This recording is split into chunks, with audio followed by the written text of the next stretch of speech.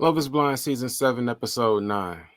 Let's get into it. I think Hannah hates Nick. While I agree that it's ridiculous that he had to ask how to boil pasta, someone who likes him might find that adorable. She was clearly annoyed, and I also thought it was telling how quickly he and her brother bonded over shared trauma from her being a complete bitch. I wish Nick had gone to that sleep study with Steven. I struggle to tell you the things that my parents are saying to me because it's not targeted at you, but can definitely be taken that way. Your parents' relationship and the privacy of the conversations that you do have, I want you to be able to have tough conversations about me, and I'm not part of it. I don't take any of it personally. Good. Every time I see this couple, I love them more. I mean, just a perfect response from both sides. Now, of course, people's parents are going to have concerns, but as long as the couple is solid, that's all that really matters. And San Diego is perfect, by the way. I lived there for a couple years in my 20s, and I want to move back, to be honest, but I need about $8 million. The contrast between Tim and Alex's homes is not something to be overlooked. She's a certified hoarder, and I shudder to think how many spiders and shit are living under all them piles of clothes and junk. I might have to call it off if I'm Tim, dog. No cap. I don't know how you share a home with someone so messy. Matter of fact, Alex is eliminated. I'm sorry, but you cannot be in contention for an award bearing Charlotte's name living like this. I almost eliminated Nina too, but I remember she might be in the Pod Squad episode, and if she comes correct, shit, she can still win because she was bad, nigga.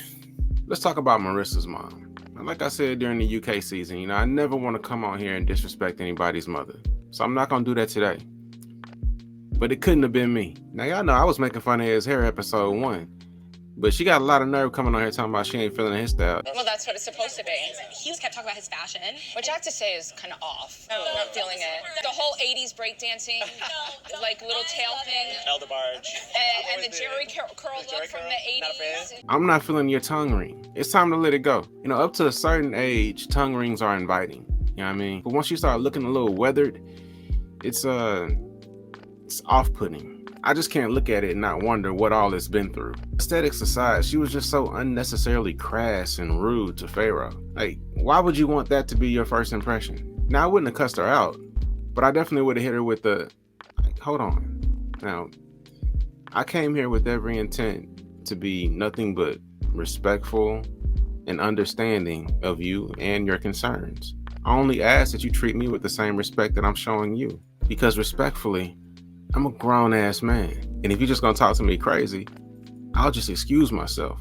And if her brothers want to box about it, we can meet in the parking lot. Lest you forget I'm an 80s baby. We look for reasons to fight.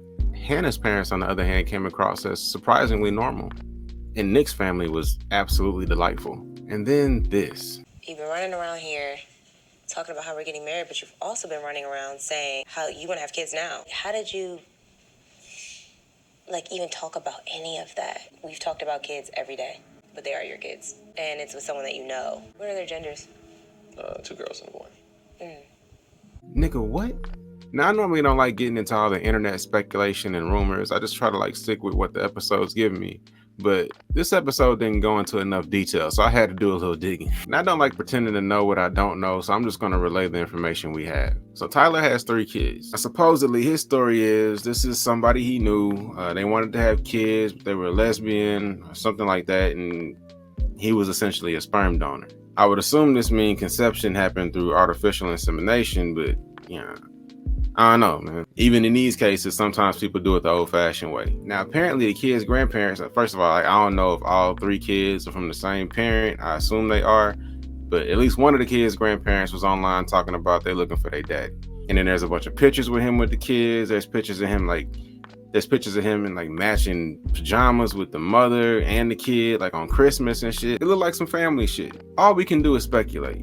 But what isn't deniable is that Ashley didn't know. And that's indefensible. I just don't know how you hide children, regardless of circumstances. But particularly in a scenario where you're literally talking about getting married and starting a family, hiding the fact that you have 3 children is fucking diabolical, nigga. As a father of 3 myself, I can't imagine trying to hide my kids. I hate to say it, but she has to call it off. At the very least, she can't trust them. Maybe if they date for a couple of years outside the show, do some premarital counseling, it could work out down the line, but Under no circumstances should she marry this man in 2 weeks. All that time in the pods, all those in-depth conversations, I told y'all that praying together was performative. And I'm not even trying to say he's not a man of God. You know, just because he made mistakes, just because he did XYZ doesn't mean he's not authentic in his faith. But the Bible talks about praying for show. And that's honestly what it felt like every time he did that shit. It's similar to what I was saying about Tim reading his letter to Alexandra's dad to her in the pods. It's unnecessary. Just read it to her dad when you meet him. Tyler, if you want to pray with Ashley, first of all, tell her you got fucking kids. But if you want to pray with Ashley, then wait till the cameras leave, man, and y'all pray together every night. I don't know, maybe it's just me. Maybe everybody else thought it was cute, but like, I just...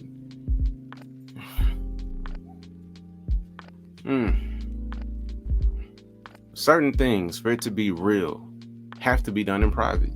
I don't know, this shit crazy. I will say I miss Steve in this episode. Like, his type of unhinged can't be duplicated. Thanks for watching. Catch you in the next one. Appreciate y'all.